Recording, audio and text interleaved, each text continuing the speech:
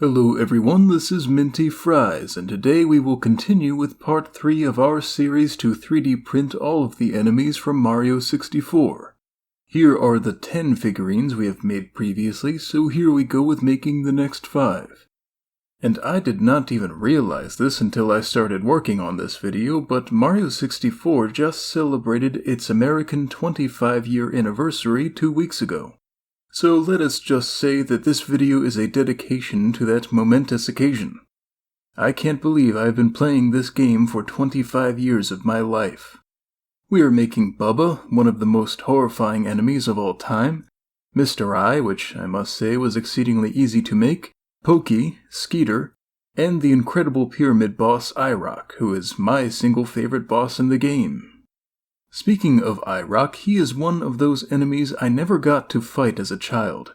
I did not complete a 120-star run until I was about 22 years old, so I really missed out on the bulk of this game as a child, although I have 100%ed the game several times since then.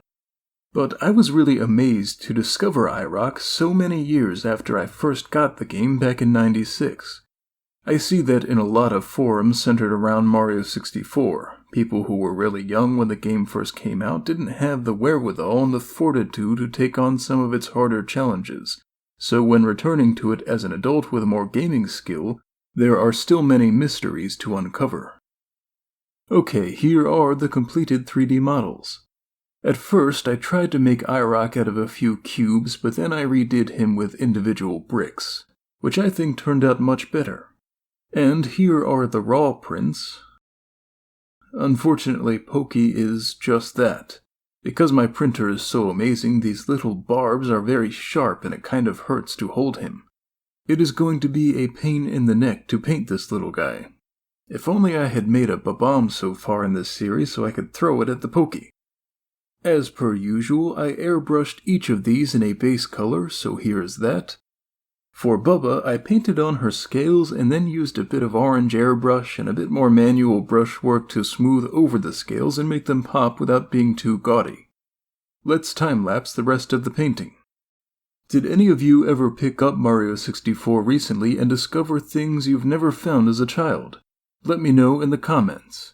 I myself had never done the Wiggler fight in Tiny Huge Island, nor found the igloo in Snowman's Land. I never saw the big house in the sky in Rainbow Ride, and I never fought Big Boo on the balcony in Big Boo's Haunt. I played Mario 64 so much as a kid, and it is incredible that it still has so many secrets to return to despite that. With events like these, I feel that Mario 64 is the single best exploration game of all time. So many moments were just plain jaw-dropping. Finding Dory deep underground, dodging falling pillars in a secret pirate's cove, blasting to the floating island in the sky, finding a lost underwater city, getting your hat back from a cheeky monkey. Each of these things was completely novel and kept the player constantly wondering what will happen next. I've never seen that amount of work put into making such unique and memorable moments in every single level. They don't make them like that anymore, I'll tell you what. Alright, here is the finished product. Bubba looks like she wants to grab Mario and drag him helplessly to his doom in the murky depths.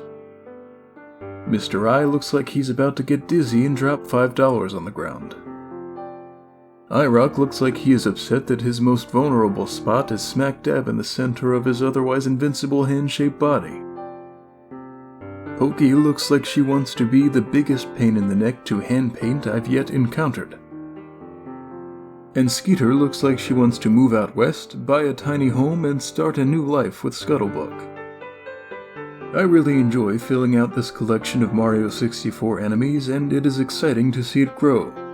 I hope you all enjoy it as well, although I sincerely doubt that we will ever make anything as legendary as Scuttlebug here. Thank you for joining, and have a minty fresh day.